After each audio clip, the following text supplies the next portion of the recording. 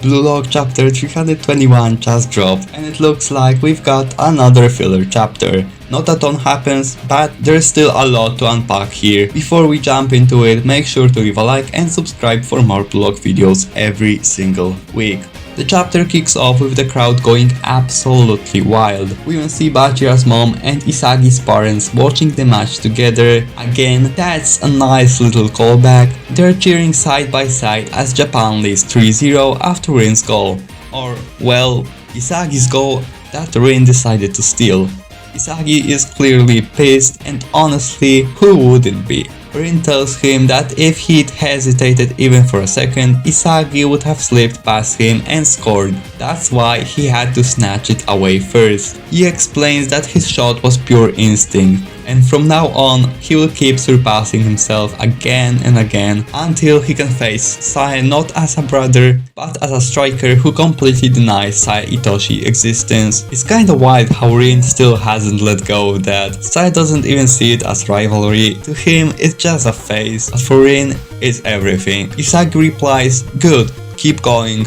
Surpass what you imagine of yourself, because through that I evolve even further." Then we jump to the rest of the team. Bachira claims the next goal is his, Chikiri says the same, and Karasu's like, "Hey, don't keep all that excitement to yourselves, you shitheads." Cut to the technical area, we've got Ego sitting on the bench, Anri hyped about the third goal, and Kurona quietly observing something. Anri's talking about how incredible this opening match has been, how everyone's pushing themselves in forming a new formation.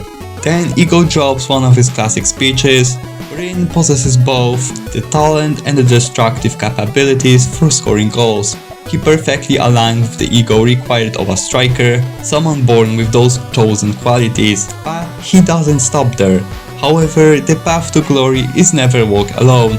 The true egoists Japan needs are those who carve their own paths, each striving to become the protagonist of this match. Don't forget the magic of Blue Lock, the art of drawing out talent. There are only 15 minutes left in the game, and Nigeria's falling apart. They look exhausted, completely defeated. Sadik says it's impossible to score 3 goals in 15 minutes. Oboabona is hopeless, but then Bello speaks up, and something changes. He refuses to give up. We have to give it our all, especially now. That determination spreads through the team. They admit they probably can't win, but they still want to give everything they've got. Bello says, "Let's steal a goal from them. Even one goal can change us." You can almost feel that spark, that last flicker of pride. For a second, it feels like Nigeria might actually fight back, but then Isagi steps in and completely shuts them down. You're just like kids who saw a movie and got temporarily worked up. You feel inspired by the movie characters and decide you wanna try living like that.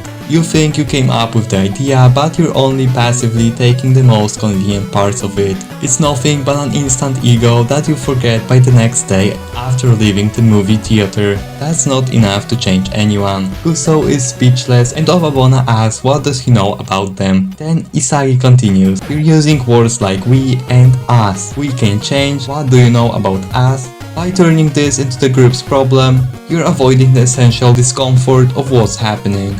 It's just mass psychology that passes the buck and lets you stop thinking about it. I'm not saying this to all of you as a group, I'm saying it to each of you. Empty out your heads and consider this again for yourselves. What do you feel as you fight against Blue Lock? And then Onazi responds that he feels frustration. He doesn't want it to end like this. He wants to change. He doesn't want to walk off the field filled with regret, but he admits that with his current self, he doesn't see a way to beat Blue Lock. Kuso can't believe what he's hearing, and Isagi just smirks and says, "That's right, and that's fine." Then he asks Onazi, "What do you actually want? To win with your friends?" Onazi snaps back, "No, you're wrong." Isagi pushes further, "Then what is it? To have the title of Africa's national hero?" Onazi yells, "No. What I want is to become the world's best striker." Sadly for him, that's not happening anytime soon. Isagi grins, "In that case, come and crush me. Come change your life, you egoist." He tosses the ball toward Onazi. Onazi, caught in the moment, stares at him and says, "Where does that endless flow of ego come from, Isagi Hoichi?" And Isagi answers, It's curiosity toward yourself. The narrator ends with the heat source of ego is the quest for the self. Let this answer reach the world.